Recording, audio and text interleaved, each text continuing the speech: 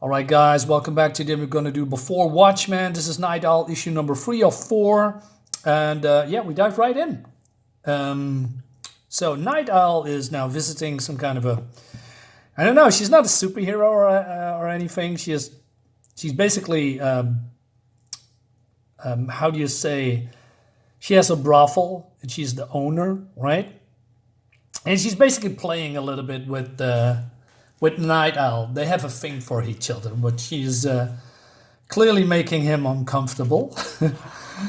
And so Nite Owl is looking into some kind of murder case, prostitutes being murdered, and she has a particular interest in that too. And it seems that the law is not really, doing anything because they're just, dead hookers and all that stuff. And but she probably might know where to look in the first place, where they need to go. And she says,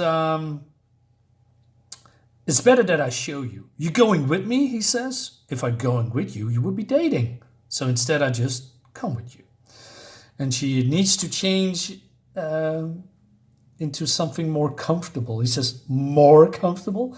Now, this is another time period, right? This is, not in the now. So different sensibilities and all that stuff. And then we go to the church, and it seems, well, this is Rorschach in his civilian outfit, and he's listening to radio with a lot of bad stuff, race riots, killings, and all that stuff.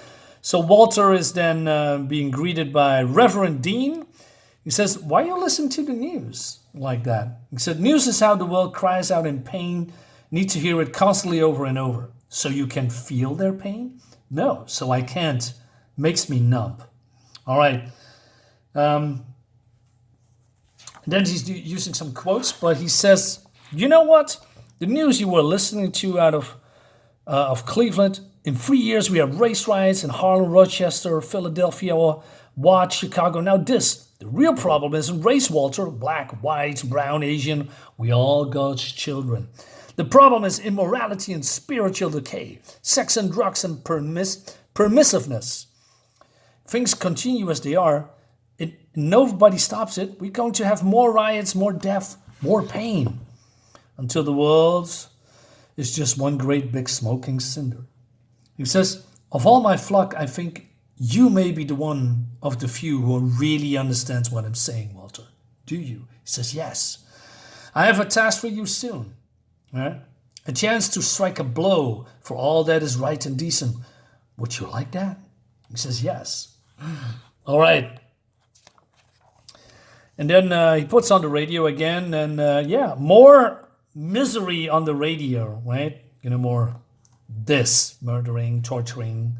So he grabs his board, but the end is nigh, and he goes on the streets, showing the world that the world has come to an end. Meanwhile, on the rooftops, and the woman in question, her name is not really in this book, except for later on, but we're coming to that. That's Carlos Onofrio, a Colombian who set up on a prostitution ring on the south side of the city. He is the one who you need to question. So he says, are you going to use me to take out the competition? It's a competition hardly. My girls are pros, high-class escorts. She says that Carlos gets them from different countries like Poles, Czechia, Russians, get them hooked on drugs and puts them to work on the lower track, downtown streets and the docks. So it seems that one of them has escaped and came to her, explaining the situation, and it's also that her friends are missing, probably dead. He says, why did she go to the police, says Nite Owl. Let's see, illegal immigrant, drugs in the system, working as a hooker. Yeah, the cops are the first place I think of going. And even if they believe them, so what? As your friend might say, what's one more dead whore?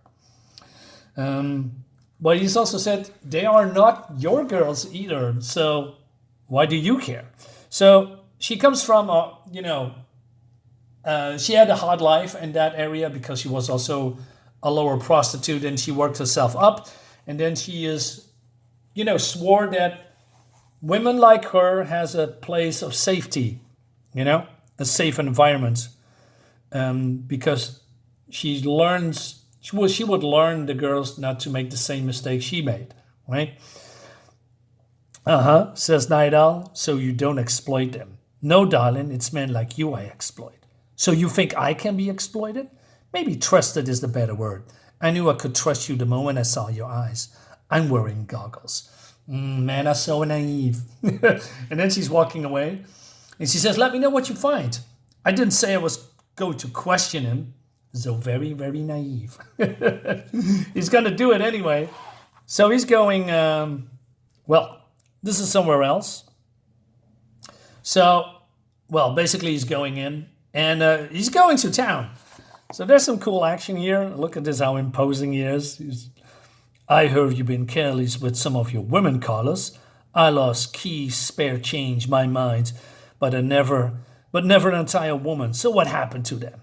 And he's gonna do some roughhousing, right?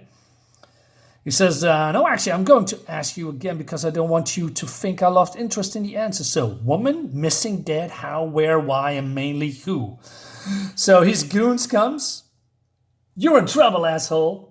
Funny I was to say the same thing about you, or to you, in the plural form.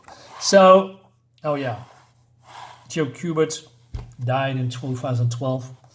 He was great, man. I mean, this is Joe Kubert, or Andy Kubert, both of them, right? Just, too bad. He was a great artist. Wait a minute, who's drawing? Andy Kubert. So Andy is doing the pencils. I don't see Joe. Maybe he did some work, or maybe he's just credited. I don't know. But anyway, he's going to town with these people. He's basically beating them up real good. She's looking. And then he talks to Carlos that, a lot of people drowned, right? And so he asks again, where are the girls? When the girls are new, everybody wants them. We put them up somewhere nice, get top dollar, $600-700 to a throw. When they got worn down, they move to the next level, 2 maybe 300. And then they are going into the street. And after that, they're going lower and lower. And then they end up here with him, right? And he's just, selling them to other guys, the bums and, the leftover girls to terrible people. And he didn't ask questions. What happened to those girls? Nite Owl doesn't like that, of course, and he's getting angry. He says, I want names and numbers. Give them all to me right now. He made you angry, didn't he? He did. But I got what I needed. 6 phone numbers. I run them down, see what I can find. And you wanted to hurt him, didn't you? Yes. I found that men either love and defend women who reminds them of their mothers, or attack and hate women who reminds men of their mothers. I feel some conflict in you. So, what did she do? What happened to her? So he says, well, my mother wasn't that. I didn't say she was, but she was used and abused, wasn't she? He avoids the question. He says, what are we doing here in your bedroom again, right? So she says what she is doing in the bedroom, or normally what powerful man made her do, and how she coping with that, right? Like I said, turning the lights off, ignoring them, or turn the lights on because she wants to see the face of the person that she's sleeping with. Not sure YouTube algorithm likes this. Now I take the power in sex and the money and I use it the way I want to use it. I should probably go. You should go, but is it what you want to do? And he says, you should. You don't have to do it. I know I don't have to do anything, but I want to. When women do it for free, they call sluts. And when they do it for money, they call whores. So what do they call you? Whatever I tell them to call me. And I cannot see you the rest here. There's some nudity here. But she says, okay, this is not going to cut it because he is there half naked, but with his mask on. So she cannot, reminds me a lot of, the Spider-Man stuff when he is, making out with Felicia Hardy, the Black Cat. And she likes the mystery until he puts off his mask, right? This is the other way around. So she says, you know what? I'm going to put off my mask so that you can see. And and I said, well, I cannot show my secret identity, right? But she said, I probably would know you because there's thousands and thousands of people in the city. So the chances that I know you would be very slim. And he says, yeah, okay, you're right. Oh my God, I know who you are. I said, no. Just kidding. Dan, don't do that. No, seriously, I know who you are. You're Dan Dryberg. Oh shit, no. So it seems they met at a party somewhere, right? And she never forgot his face. It's okay. Your secret is safe with me. I give you my word. And never tell anyone, ever. You give me your word, huh? And everything else you want. So they're having an intimate moment here, right? And he was thinking that she was right about his mother, that she was abused by her dad, right? Men beat women because it lets them feel strong, lets them feel like a man. Mostly it lets them feel because they're dead inside. You went through hard times with her, but that's what made you a protector. Not that what you do, it's who you are. And who you are is beautiful. No, I'm not. So he's saying that he let his father die because he took, 5 minutes or counted to 5 before he called the ambulance when he got a heart attack. And she said, well, you did good. You should have counted to 10, right? It doesn't change the fact that you are a protector. I could feel it in the night we met when your friend came after me and your voice when you talked about finding that woman.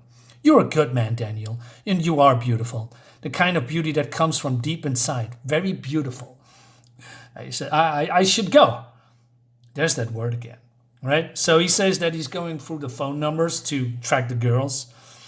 And she says, Liz Elizabeth Lane. It's my name. Seems only fair that you have it.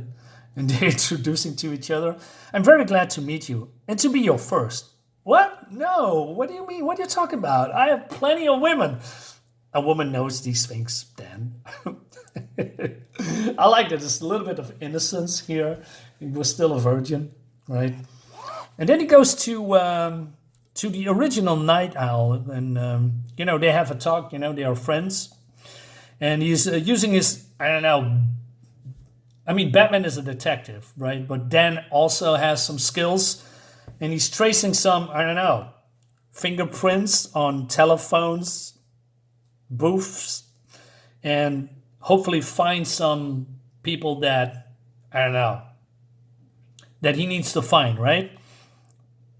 He says, I'm running down some phone numbers and a possible case. Most of them have turned into dead ends. But one of them leads to a payphone downtown. So he's using some chemicals to find some clues, right? And the original Nite, what's his name, by the way? Hollis. Hollis is confessing.